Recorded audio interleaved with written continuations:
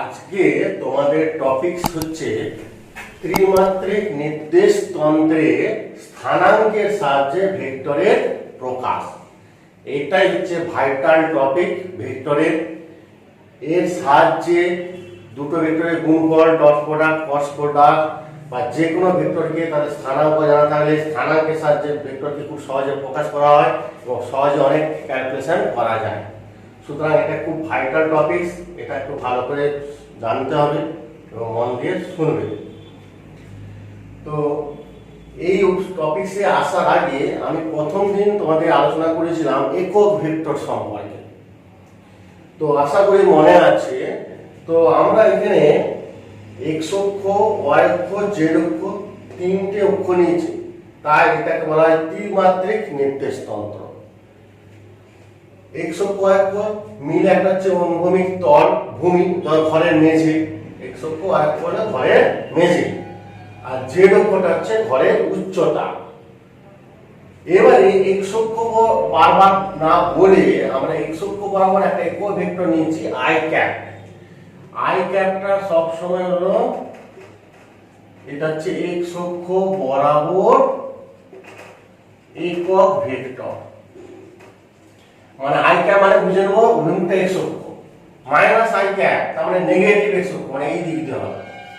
ঠিক সেই রকম আই জে কে তিনটে একক ভেক্টর সাধারণত নেওয়া হয়।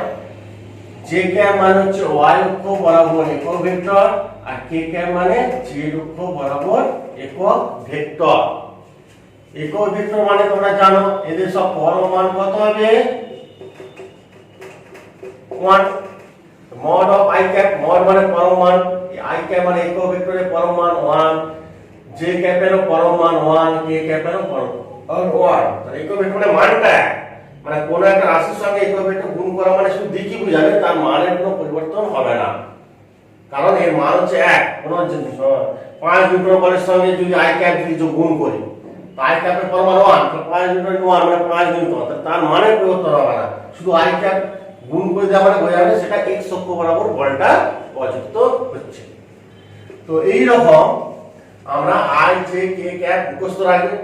আই ক্যাপ মানে সবসময় এক্স অক্ষকে বোঝাবে, জে ক্যাপ মানে ওয়াই অক্ষ বরাবর একক ভেক্টর, কে ক্যাপ মানে জেড অক্ষ বরাবর একক ভেক্টর।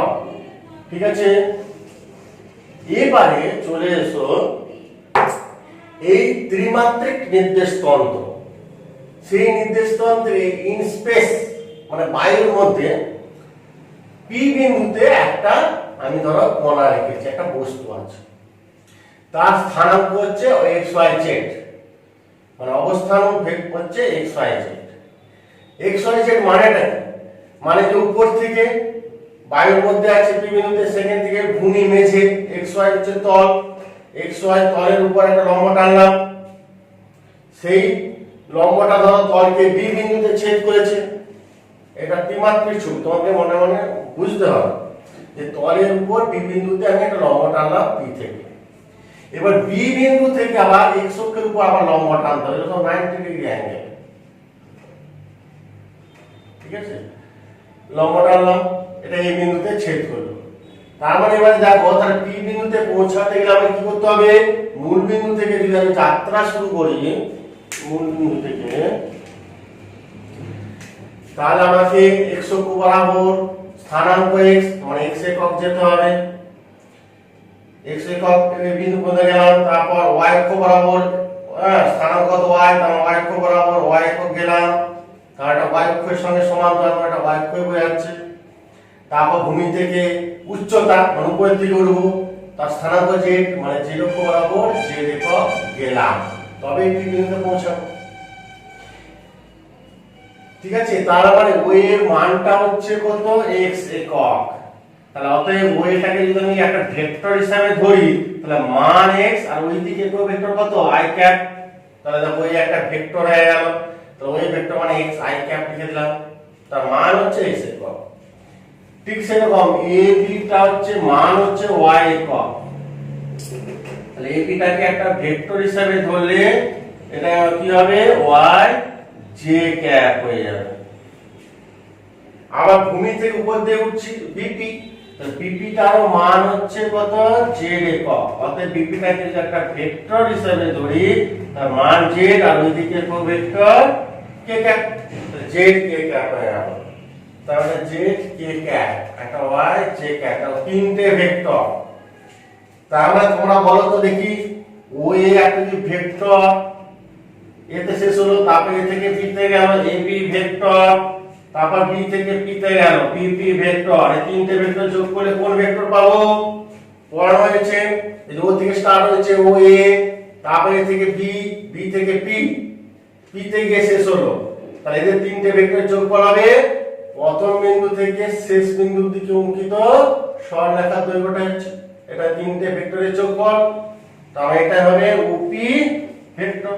পড়ানো হয়েছে ত্রিভুজ সূত্র অনুযায়ী, বহু সূত্র অনুযায়ী তিনটে ভেক্টর পর পর রেখেছি। দেখো ও এ মানে ও থেকে, তারপর শুরু হয়েছে এ বি মানে এ থেকে বি, বি তে শেষ হলো, তারপর বিপি মানে বি থেকে পি তে গেল, এখানে শেষ হলো।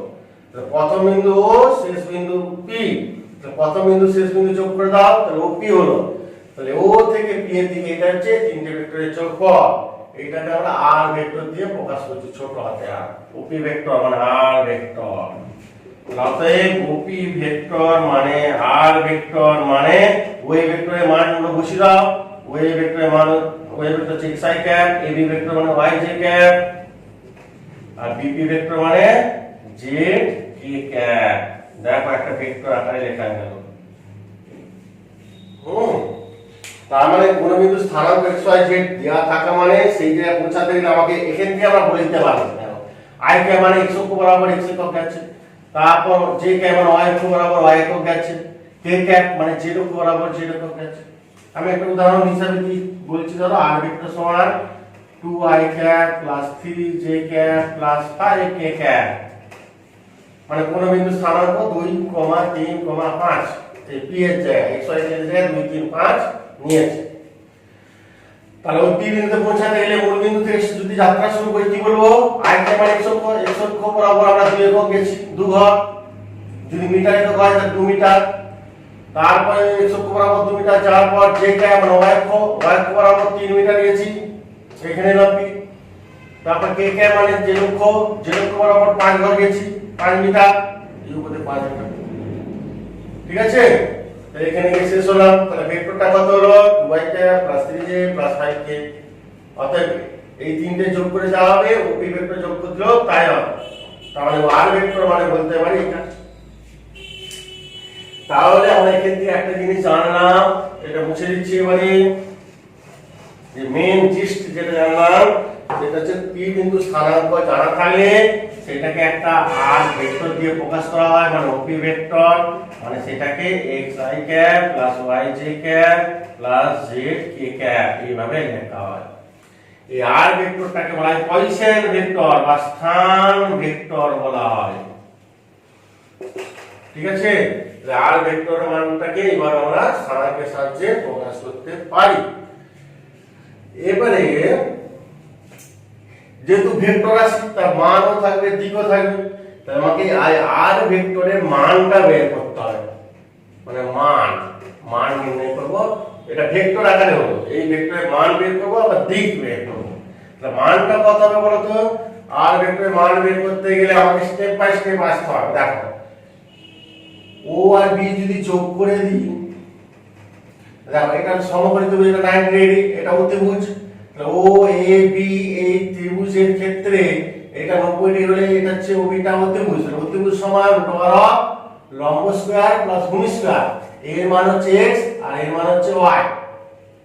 ভেক্টরটা xi ক্যাপ কিন্তু মানটা হচ্ছে x আর এর মানটা হচ্ছে y। তাহলে এই বাহু দৈর্ঘ্য সমান √x square plus y square, তাই তো? অতিভুজ সমান √, লম্ব স্কয়ার প্লাস ভূমি স্কয়ার আমরা জানি।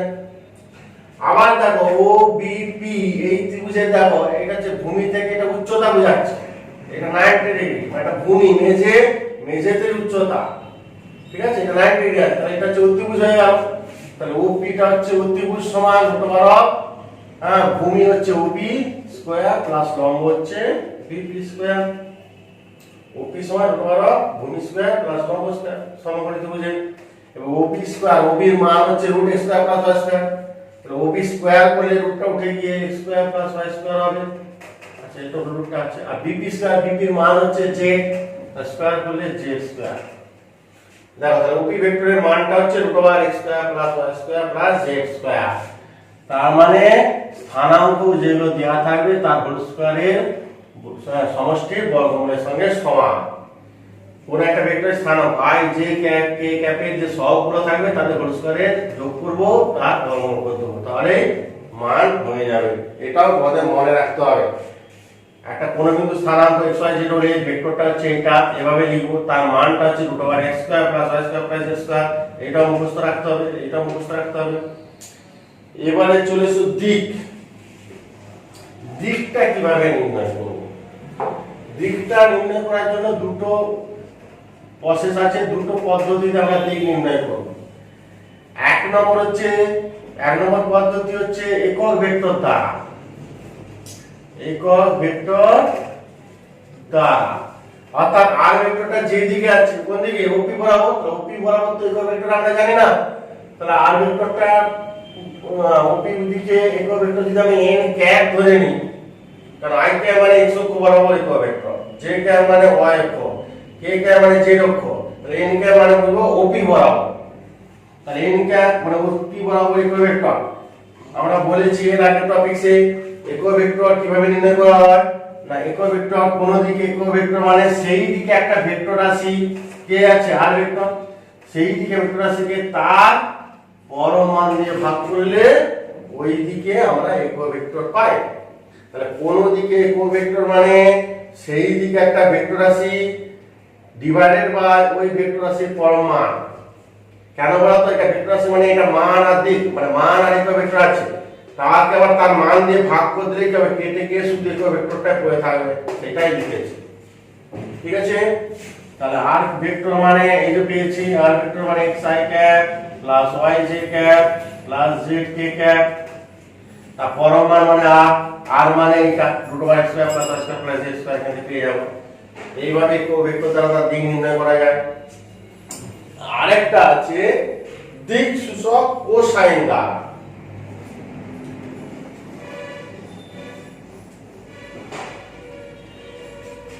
দিক সূচক কোসাইন মানে ধরো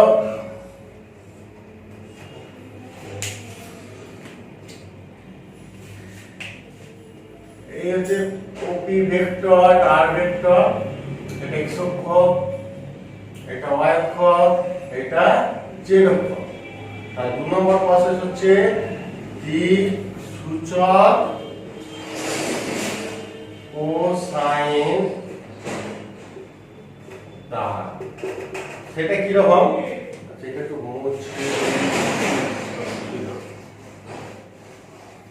দিক সূচক কোসাইন দ্বারা তা সেটা করতে গেলে আমাকে ধরে নিতে হবে ওপি ভেক্টরটা x অক্ষের সঙ্গে আলফা y অক্ষের সঙ্গে বিটা আর z অক্ষের সঙ্গে গামা করে আছে তা ধরি আর ভেক্টর x অক্ষের সঙ্গে আলফা কোণে আনত y অক্ষের সঙ্গে বিটা কোণে আনত আর z অক্ষের সঙ্গে গামা কোণে আনত ওই আর ভেক্টর x অক্ষ y অক্ষ আর z অক্ষ তিনটের সঙ্গে আলফা বিটা গামা কোণে আনত তাহলে দেখো এবার আমরা বলেছিলাম যে কোনো একটা ভেক্টর এটা যদি শুধু আমি x অক্ষের সঙ্গে যদি আমি বলি দেখো p ভেক্টর x অক্ষের সঙ্গে আলফা কোণে তাহলে p এর x অক্ষ পাবো এই সরি r ভেক্টর সরি স্থানাঙ্ক হচ্ছে x y z r vector মান r তাহলে x অক্ষের বরাবর এর উপাংশ কত হবে r cos আলফা কারণ যে কোনো ভেক্টরকে দুটো লম্ব ভাঙা যায় ভেক্টর বিভাজনের দ্বারা তাহলে r ভেক্টরের মান যদি r হয় তার x অক্ষ বরাবর উপাংশ কত হবে x অক্ষের সঙ্গে আলফা করে তাহলে r cos আলফা আবার আমরা জানি এই r ভেক্টরের x অক্ষ বরাবর উপাংশের মান কত x তার মানে বলতে পারি x সমান r cos আলফা অনুরূপে y অক্ষের সঙ্গে যদি বিটা কোণ করে তাহলে y অক্ষ বরাবর মানটা হচ্ছে y তাহলে y অক্ষ আছে স্থানাঙ্ক আবার r কে y অক্ষ বরাবর উপাংশে ভাঙলে হবে r cos বিটা অতএব তার z অক্ষ উপাংশ হবে r alpha beta gamma cos gamma. ঠিক আছে, x অক্ষ বরাবর r এর পাংশ হবে r cos আলফা, y অক্ষ বরাবর r এর পাংশ হবে r cos বিটা, z অক্ষ বরাবর r cos গামা। এখান থেকে cos আলফা বের করে নাও, x by r cos beta সমান y by r cos gamma সমান z বাই r। এই cos আলফা আর cos বিটা ও cos গামা এইগুলোকে দিকসূচক কোসাইন বলে, কোসাইন। মানে এই ফর্মুলাগুলো মুখস্থ রাখতে হবে তোমাদেরকে। এখান থেকে এই ফর্মুলা থেকে ওই আর ভেক্টরটা x অক্ষের সঙ্গে y অক্ষ আর z অক্ষ তিনটের সঙ্গে আলফা বিটা গামা কোণ গুণ হচ্ছে, তিনটে কোণের মানটা আমরা বের করে নিতে পারবো এই ফর্মুলাগুলো থেকে। তো আলফা বিটা গামা ফর্মুলাগুলো থেকে মানটা বের করে নিলে হ্যাঁ আর ভেক্টরের প্রকৃত দিকটা কোন দিকে আমরা বের করতে পারি। এবারে এদের এখান থেকে আমরা বের করতে পারি, দেখো cos square alpha plus cos square beta plus cos square gamma এই তিনটে স্কয়ারের যোগফলের মান সবসময় 1 হয়, প্রমাণ করতে হয়, প্রমাণ করে।